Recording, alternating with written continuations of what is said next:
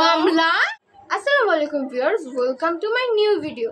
আমরা সবাই জানি যে বাংলাদেশের নায়িকা নিতা আম্বানি আর প্রত্যেকটা উদ্যোক্তাদের আইকন তনি আপা দুজনের মধ্যে ইনডাইরেক্টলি তৃতীয় বিশ্বযুদ্ধ লেগে গেছে, যার প্রতিটা এপিসোড ধারাবাহিক নাটকের মতন একটা একটা করে আসছে প্রতিদিন। ইনডাইরেক্টলি তো কি হয়েছে ভাই, আমরা বাঙালি প্রাণী, মাথায় গ্যাস্ট্রিকে কিলবিল করে গন্ধ শুকাই বলে দিতে পারি কি পারি হোয়াট এভার। এই টান টান উত্তেজনার মাঝে তনি আপু বিম্বার ছাড়াই যেভাবে ধুইছে, বিম্বার কোম্পানি আগে জানলে অ্যাডটা হয়তো বা এভাবে বানাই। ভিম লিকুইডে আছে হাজারো তনি আপুর শক্তি, যা এক ঘষাতে পরিষ্কার করে কঠিন থেকে কঠিনতম তেল চর্বি। যাই বলো, তনি আপুর কিন্তু ঈদুরমুখী বলাটা একদমই ঠিক হয়নি, কারণ প্রত্যেকটা মানুষ আল্লাহর তাআলার সৃষ্টি, আল্লাহর তাআলার সৃষ্টিকে অপমান করা একদমই ঠিক না। কিন্তু ওনার তো মাথার চুল থেকে পায়ের নখ তুড়ি সবই ফেক। তাহলে আরে कहना क्या चाहते हो? তনি আপু ওনারে কাইটা লবণ মরিচ ছিটে দিছে, আসলে লজ্জা শুধু একদম চামড়া তুলে লবণ লাগাই। তনি আপু ওনারে যেমনে পারছে তেমনে খুঁচাইছে লাইভে আইসা।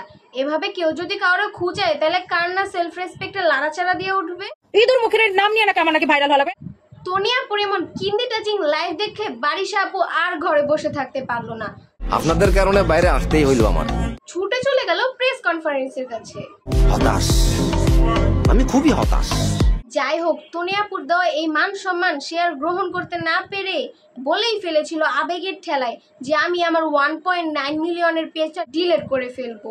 1.9 মিলিয়নের যে পেজটা আছে আমার ভেরিফাইড পেজ বারিশাহক, এটা ডিলিট করে দেব আর লাইভ করব না। পরে আবার বিবেকের নাড়াচাড়া দেওয়ায় বলে উঠলো, এত সহজ না আমার পেজ ডিলিট করে দেওয়া, আমার এই জায়গা ছেড়ে চলে যাওয়া এত সহজ না।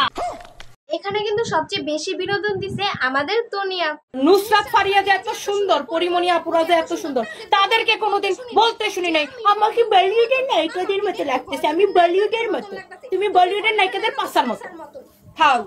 ওনার বিনোদন দেওয়ার স্টাইলটা আমাদের কাছে জোস লাগছে। লাইভে এসে উনি যা করছে জাস্ট ওয়াও ছিল।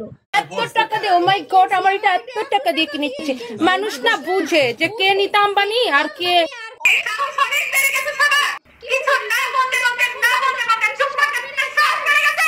আমার স্বামী আমাকে ঐশ্বরিয়া রায় বলেছে, তুমি ঐশ্বরিয়া রায়ের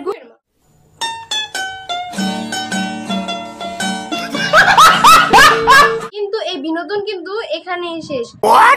মানে বারিশাহকের হাজবেন্ড তনি আপুর কাছে একটা পোস্টের মাধ্যমে ক্ষমা চাইছে, আর তনি আপু লাইভে এসে সরি বলছে, সুতরাং ডিসমিস। আমি বিশ্বাস করি না। আপনারা কাদের পক্ষে ছিলেন অবশ্যই কমেন্টে জানাবেন। अच्छा चलता हूँ दुआओं में याद रखना।